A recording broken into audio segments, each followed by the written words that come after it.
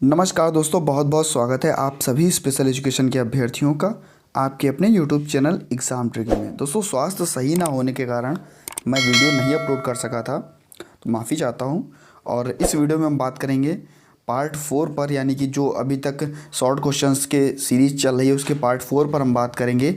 और पार्ट 4 में आप सभी को पता है कि हर बार एक क्वेश्चन आपसे पूछा जाता है जिसका आंसर आप लोग बताते हैं। दोस्तों, पिछली वीडियो में यानी कि तीसरी वीडियो में आपसे क्वेश्चन पूछा गया था कि सामाजिक अधिगम का सिद्धांत किसने दिया। ये आपसे क्वेश्चन पूछा गया था। काफ़ी सारे स्टूडेंट्स ने आंसर भी कमेंट सेक्शन में दिया था, और आप लोग भी जो आंसर नहीं देते हैं वो आंसर दिया कीजिए। अच्छा लगता है कि आप लोग तैयारी कर रहे हैं। तो दोस्तों, उसका आंसर था आपका एल्बर्ट बंडूरा जी।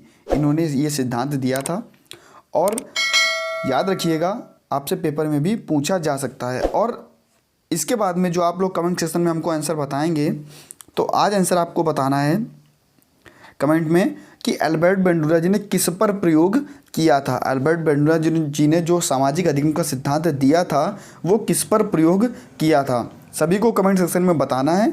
और चलिए स्टार्ट करते हैं पहला क्वेश्चन आज का। मनोसामाजिक विकास का सिद्धांत किसने दिया।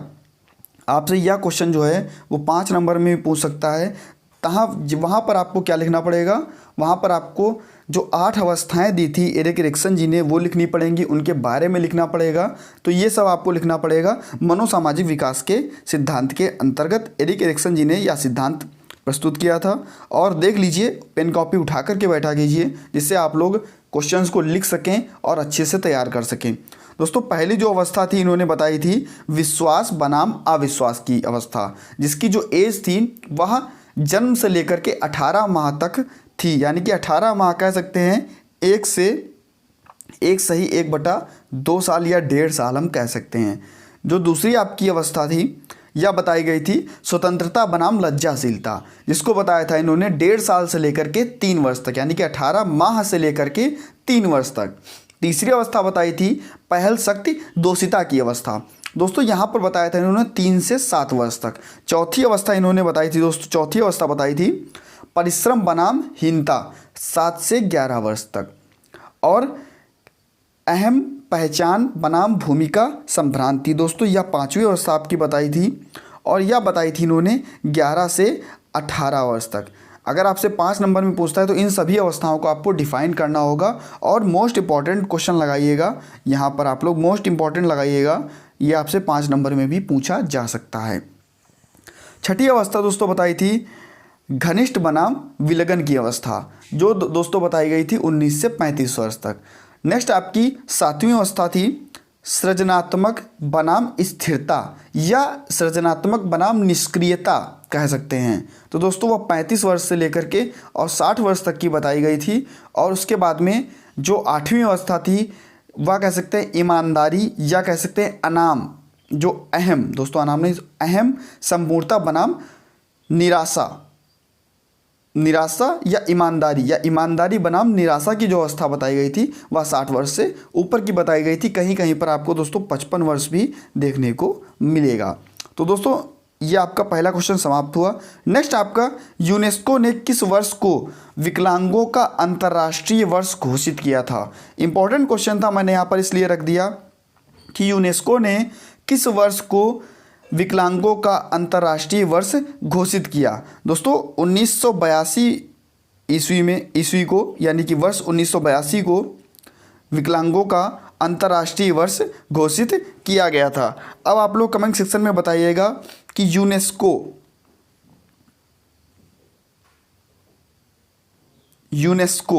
यूनेस्को का फुल फॉर्म क्या है, आपको कमेंट सेक्शन में बताना। जिस भी अभ्यर्थी को पता है वो कमेंट सेक्शन में बताएगा कि यूनेस्को का फुल फॉर्म क्या है। मोस्ट इंपॉर्टेंट भी लगा लीजिएगा, पेपर में पूछा जाता है यूनेस्को का फुल फॉर्म। खास करके जो आईडी के स्टूडेंट्स हैं ये तो बिल्कुल गांठ बांध लें इस आईडी के और वीआई के, बिल्कुल यूनेस्को को गांठ बांध लें कि पेपर में पूछा जाता है। अच्छा प्रश्न है। तो यूनेस्को का फुल फॉर्म सभी स्टूडेंट्स आप कमेंट सेक्शन में बताइएगा। जीन पियाजे की 4 अवस्थाओं के बारे में मैंने उस दिन बताया था, और किसी भी अभ्यर्थी ने उन 4 अवस्थाओं के बारे में मैंने बताया था, कमेंट सेक्शन में कमेंट करेगा, किसी भी अभ्यर्थी ने नहीं किया था। दोस्तों तीसरा जो आपका क्वेश्चन है, जीन पियाजे ने संज्ञानात्मक विकास की अवस्थाएं बताई कितनी? 4। और वो 4 अवस्थाएं कौन कौन सी थी? पहली आपकी अवस्था थी संवेदिक पेशी अवस्था, या इसमें कभी कभी ऐसा लिखा होता है गामक, संवेदिक गामक पेशी अवस्था, जिसकी जो एज होती है वह होती है 0 से 2 वर्ष की। नेक्स्ट आपकी, इसको हम हिंदी में क्या बोलेंगे, तो इंग्लिश में दोस्तों क्या बोलेंगे? Sensory motor. ध्यान रखिएगा, सेंसरी मोटर। नेक्स्ट आपका दूसरी आपकी थी पूर्व संक्रियात्मक अवस्था, जिसकी एज ग्रुप थी आपकी 2 से 7 वर्ष, जिसको हम बोलेंगे प्री ऑपरेशनल। ठीक। नेक्स्ट आपका मूर्त संक्रियात्मक अवस्था, इसको हम बोलते हैं कॉन्क्रीट ऑपरेशनल। दोस्तों 7 से 12 वर्ष, कहीं कहीं पर आपको 7 से 11 वर्ष भी देखने को मिलेगा। और नेक्स्ट आपका अमूर्त संक्रियात्मक अवस्था, जिसको हम बोलेंगे फॉर्मल ऑपरेशनल। दोस्तों इसको हम बोलते हैं औपचारिक संक्रियात्मक अवस्था, भी इसी को बोलते हैं। तो कहीं कहीं पर आपको 12 से 15 वर्ष देखने को मिलेगा, तो कहीं कहीं पर आपको 11 से 15 वर्ष भी देखने को मिलेगा। तो ये आपकी अवस्थाएं थी जीन पियाजे की 4 अवस्थाएं, इनको तैयार कर लीजिएगा। और जीन पियाजे के बारे में आप लोग बताइए कि जीन पियाजे कहाँ के निवासी थे? 1 नंबर में काफ़ी बार पेपर में पूछा गया प्रश्न है, जीन पियाजे कहाँ के निवासी थे? मोस्ट इंपॉर्टेंट क्वेश्चन लगाइएगा, जीन पियाजे कहाँ के निवासी थे? तुरंत आप लोग कमेंट सेक्शन में बताइए। अच्छा लगता है जब आप लोग कमेंट करते हैं। वीडियो को शेयर करना ना भूलिएगा। चैनल पर नए थे तो चैनल को सब्सक्राइब कर लीजिएगा और बेल आइकन को प्रेस कर लीजिएगा। बेल आइकन में जो ऑल का ऑप्शन होता है उसको प्रेस कर लीजिएगा। टेलीग्राम ग्रुप से जुड़ने के लिए इस वीडियो के डिस्क्रिप्शन बॉक्स में मैं आपको लिंक दे दूंगा, वहां से आप हमारे टेलीग्राम ग्रुप से भी जुड़ सकते हैं। और अगर आपको पहली, दूसरी और तीसरी वीडियो देखनी है शॉर्ट क्वेश्चंस की, तो मैं इस वीडियो के डिस्क्रिप्शन बॉक्स में आपको लिंक दे दूंगा, वहाँ से आप हमारे उन वीडियोज़ को भी देख सकते हैं, या टेलीग्राम पर भी मैंने उन वीडियोज़ का जो लिंक है वो शेयर कर दिया था, तो आप लोग देख सकते हैं टेलीग्राम पर भी। नेक्स्ट देखते हैं, ऐसे बालक जिनकी शैक्षणिक उपलब्धि स्वाभाविक योग्यताओं के स्तर से कम होती है, वो किस प्रकार के बालक कहलाते हैं? दोस्तों वो होते हैं आपके विकासात्मक देरी के बालक। और काफ़ी बार पेपर में पूछा गया प्रश्न है कि विकासात्मक देरी क्या होती है, यानी कि डेवलपमेंटल डिले क्या होता है। और आप लोग कह सकते हैं कि जहाँ पर शारीरिक, मानसिक, संवेगात्मक, शिक्षा का अभाव, वातावरण और परिस्थितियां जो होती हैं, इन सभी का जहां पर अभाव देखने को मिलता है, वहां पर दोस्तों क्या होता है, बालक किसमें शारीरिक विकासात्मक देरी हो सकती है, बालक में संवेगात्मक जो इमोशंस होते हैं उसकी विकासात्मक देरी हो सकती है, मानसिक विकासात्मक देरी हो सकती है। हाँ, और शिक्षा के कारण काफ़ी बच्चे विकास से पिछड़ जाते हैं, तो शिक्षा का भी प्रभाव पड़ता है। वातावरण और जो आसपास के आपका समाज है, इसका भी प्रभाव विकासात्मक देरी पर पड़ता है। तो याद रखिएगा। नेक्स्ट आपका जो क्वेश्चन है, और इम्पॉर्टेंट क्वेश्चन लगाइएगा, गामक विकास के मुख्यतः कितने रूप होते हैं? दोस्तों गामक विकास की अगर बात की जाए तो उसके मुख्यतः कितने रूप होते हैं? पहला आपका होता है स्थूल गामक कौशल या विकास। नेक्स्ट आपका होता है सूक्ष्म गामक विकास। दोस्तों स्थूल गामक विकास के अंतर्गत आपका कह सकते हैं कि ग्रॉस मोटर्स जिसको बोलते हैं हम लोग, और जिसके कारण हम, जैसे आपके पैर हुए, इससे हम चलना फिरना, ये सब जो पैरों से क्रियाएं की जाती हैं, जो बड़े अंगों से क्रियाएं की जाती हैं, वो स्थूल गामक कौशल के अंतर्गत आती है या स्थूल गामक विकास के अंतर्गत आती हैं। और सूक्ष्म गामक विकास के अंतर्गत दोस्तों आप सुई में धागा डाल रहे हैं, जो आपकी उंगलियां काम कर रही हैं, यानी कि जो हाथ की उंगलियां काम कर रही हैं, वो आपके सूक्ष्म गामक विकास के अंतर्गत आती हैं। और आगे देखते हैं हम, भावना ग्रंथि का विकास किस अवस्था में होता है? आपसे क्वेश्चन पूछ सकता है कि भावना ग्रंथि का विकास किस अवस्था में होता है। और जब आप लोग बालकों की अवस्थाएं पढ़ते हैं, वृद्धि और विकास के अंतर्गत बालक की शारीरिक अवस्था किस प्रकार से होगी, मानसिक अवस्था किस प्रकार से होगी, संवेगात्मक अवस्थाएं किस प्रकार से होंगी, कहाँ पर किसका विकास होगा, इसी प्रकार से जो सामाजिक विकास में भावना ग्रंथि होती है उसका विकास दोस्तों बाल्यावस्था में होता है। और आप सभी को पता है कि जो भावना ग्रंथि होती है, यानी कि जो ऑडिपस ग्रंथि होती है, उसके अंतर्गत जो लिखा देता हूँ, ऑडिपस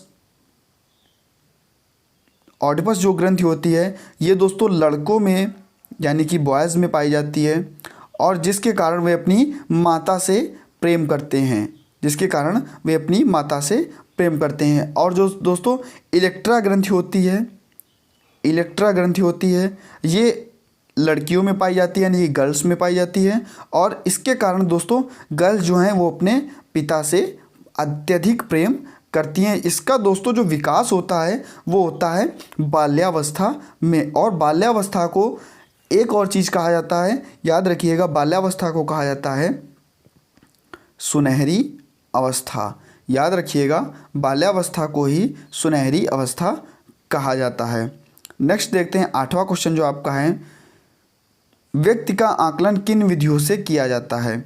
आपसे क्वेश्चन पूछ सकता है कि व्यक्ति के आकलन की विधियां बताइए, या ऐसे भी कह सकता है कि जो आपकी प्रश्नावली यानी कि क्वेश्चन आयर मेथड है इसके द्वारा क्या किया जाता है, इसके द्वारा क्या किया जाता है। या कभी कभी आपसे पूछ देगा कि जीवन इतिहास यानी कि केस हिस्ट्री जो मेथड है इसके द्वारा क्या किया जाता है, तो आप लोग क्या लिखेंगे कि व्यक्ति का आकलन किया जाता है। मोस्टली दोस्तों वैसे तो विधियाँ काफ़ी प्रकार की होती हैं, 6 से 7 प्रकार की होती है, लेकिन यहाँ पर मोस्टली 3 विधियों की बात होती है जिनका प्रयोग सबसे ज़्यादा होता है, प्रश्नावली विधि, आपकी जीवन इतिहास विधि और साक्षात्कार विधि यानी कि interview method, case history method और आपका क्वेश्चन आयर मेथड।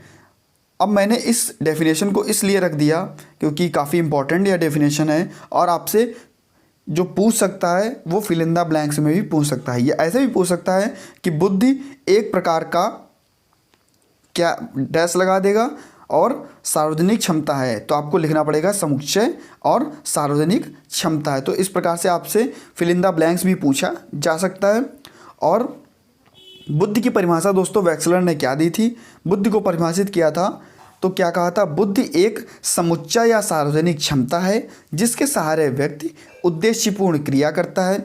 आपसे यह भी पूछ देगा कि बुद्धि से व्यक्ति क्या करता है, तो आप लोग क्या करेंगे, उद्देश्यपूर्ण क्रिया करेगा, विवेकशील चिंतन करेगा, वातावरण के साथ प्रभावी ढंग से समायोजन करेगा बुद्धि के द्वारा।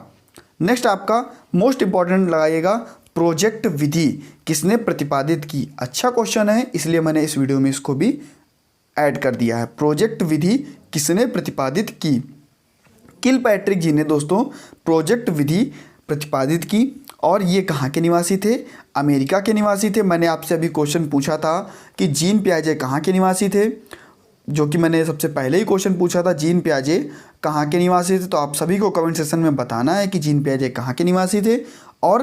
और जो प्रोजेक्ट विधि थी इसकी जो मूल अवधारणा याद दी थी जॉन डीवी जी ने, लेकिन इसका प्रतिपादन जो था वह किलपैट्रिक जी ने किया था और ये थे दोस्तों अमेरिका के निवासी। दोस्तों वीडियो अच्छी लगी तो वीडियो को शेयर कर दीजिएगा, चैनल पर नए थे तो चैनल को सब्सक्राइब करने के बाद में बेल आइकन को प्रेस कर लीजिएगा। मिलता हूँ नेक्स्ट वीडियो में कुछ नई जानकारी के साथ, कुछ नए प्रश्नों के साथ। धन्यवाद।